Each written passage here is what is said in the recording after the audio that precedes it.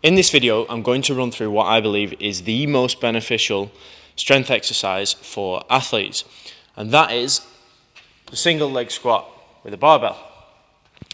There's a lot of options we have in the gym for building leg strength and building our force that we use from the legs so that we can take it over into our sports. The reason I like this one is because it separates out individual legs. So if we are to use something like a normal squat or a deadlift, we can compensate by using the stronger side more. So if I have a stronger right side and I squat down to this side, probably not as dramatic as that, but you wouldn't really notice whilst you're doing the movement, whereas you can't hide when we do a single leg squat. So for carry over to sports, anything that requires locomotion at all, so any sort of movement, or anything that's balancing on one leg, so combat sports, football, ball sports, all of them, I prefer this movement for that reason. We get to isolate one leg at a time and work through the weaknesses on the weak side to bring it up to the strong side. The first thing I need to go through on this movement is the bar placement on the back. So I'm just going to step in here. What most people do is to let the bar sit on top of the neck like this. But if someone was to push one end of the bar, it's not stable at all, and I can actually just rotate and move with the bar on my back, which is not ideal for when we're trying to be stable on one leg. So if someone was to push that whilst I'm here, we've got a problem.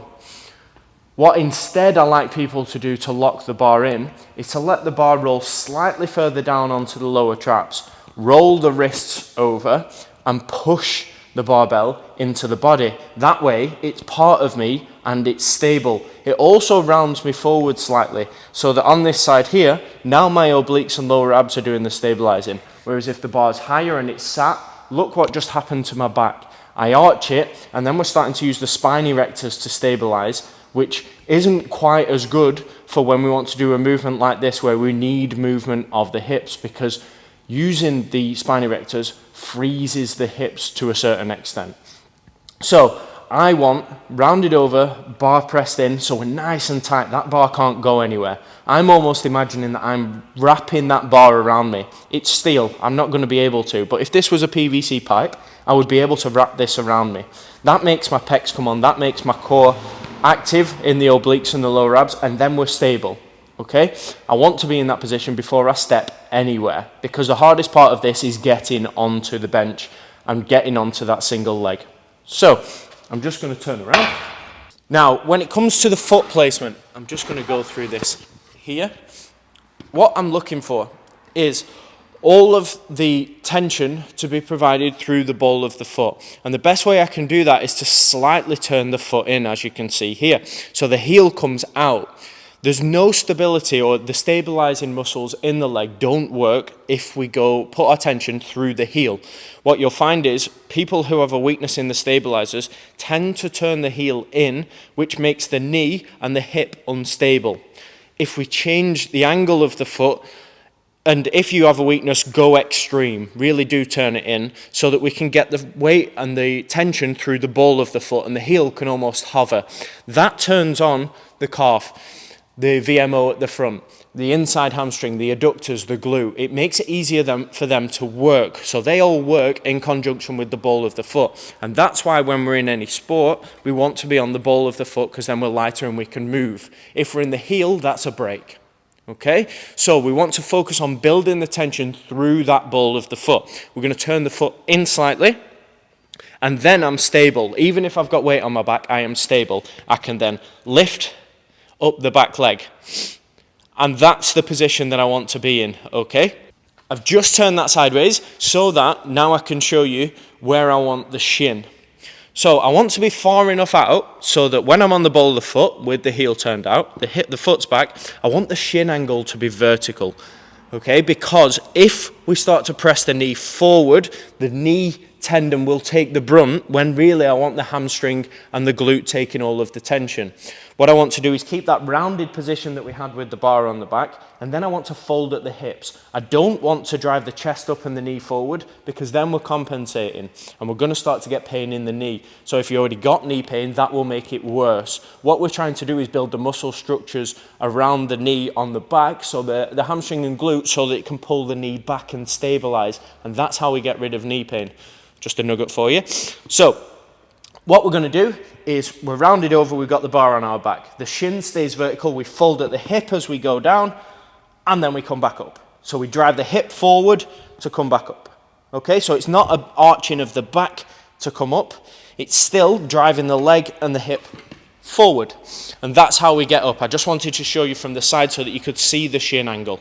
One of the key things that I want for this exercise is a pad. So an ab mat is perfect, but anything will work for this, anything that you can touch, because on most exercises I'll ask you to take a nasal inhale down to govern the range of motion and safety, but this is a performance exercise, so I would rather that you brace for this exercise and look for the pad. If we can't touch the pad, then the weight's too heavy. Okay, so every rep we're going to go down low enough to touch the knee on the pad and come back up.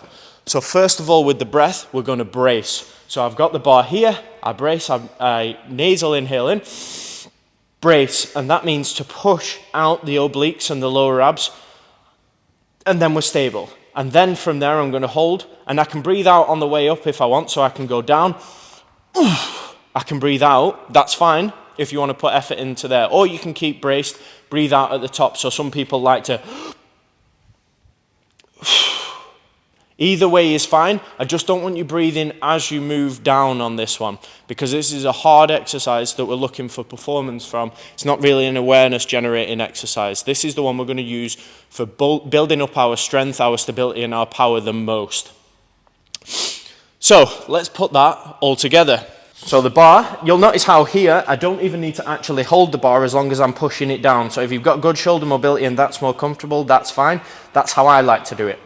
I take the left foot out, I turn the foot in, the foot comes up because I'm now stable. Now I can take the inhale and brace, touch the pad, back up. That would be one rep. That would be what I would call a concentric rep. So we work through phases whilst we're working on our main compound exercises, which this is going to be one of them.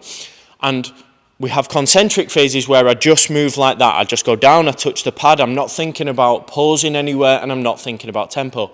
But there will be other phases throughout cycles where we are looking to build stability.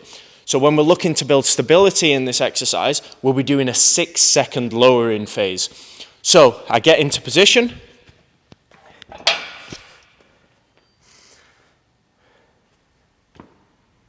and from here I take 6 seconds down. This is to work on the stabilizers. So 1, 2, 3, 4, 5, 6, and then drive back out fast. 1, 2, 3, 4, 5, 6, and drive back out fast. One thing that we're looking for when we're doing that is to always start on the weak leg. So we're always wanting to bring up the weaker leg. Say you've got the right leg, which is this strength, and the left leg, which is this strength. We're wanting to build this up rather than just keep making this stronger. So we work to whatever the max is that we can do with the weak leg. The next phase that we go into is to do pause reps, which is where we're going to brace, lower down to the pad. We're not going to relax on the pad though, that's a key thing. We're going to touch the pad, keep all of the tension and drive back out explosively. We're going to go down and pause for 3 seconds at the bottom. Again, we're going to go weak leg first, and then we'll match it on the strong leg. So now I'm in position. 1, 2, 3, and up. And I go again. All the time on those reps, I'm wanting to drive through that front foot rather than sort of kicking off the back of the single leg bench. I want to be driving through the front foot. So even after the pause, I'm driving from that front foot. We're trying to get all of those stabilizers to work from the front foot.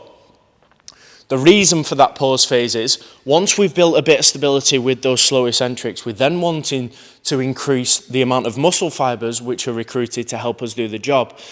So within a muscle fiber, it will recruit as little muscle fibers as possible to do the job that you're asking it to do. By introducing the pauses, we trick the muscle or trick the body into thinking almost that it can't overcome the obstacle. Then it starts to recruit more muscle fibers to help with the job, and therefore we get more of the muscle working, and that's why I like to include those in the cycles, and that's how we do it on the bar. After we've done those slow lowering phases and the pause phases, we can then move to just normal reps without the pauses, without the slow eccentrics, and just move the bar fast, and that's when we're starting to look at power generation. So we're moving heavy weights fast. If we want to use this exercise for speed then, say for example, we are peaking for an event or a fight or a competition, we can then just bring the weights down and move even faster, and that starts to develop our speed. So we will generally keep this exercise throughout the whole cycle to use it as the base to develop single leg strength and get the weaker leg up to the standard of the stronger leg.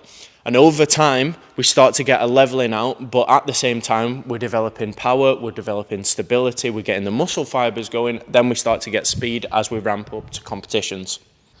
Just to recap at the end, guys, there are a couple of things that I don't want you to do that I've mentioned throughout the video, and I just want to reaffirm them. I don't want you to have the bar sat high on the back so that you arch the back. I want it low, and we want to be braced. I don't want the knee to go forward because we're going to put extra stress on the quad tendon and down into the patella, and that can cause real pain, and I'd want to avoid that at all costs. If we go too heavy, we're going to start to get arching of the back. I don't want to see that. So if any time that we're working at weights that force us to do that because we can't stay braced and can't stay rounded, we're gone too heavy. We need to bring the weights down. We just need to remember when we're doing exercises like this that they are a way to get better. We're not necessarily looking to get the heaviest weight possible on this. Yes, we will get stronger. Yes, we will get faster. But we're not looking to use this as a game.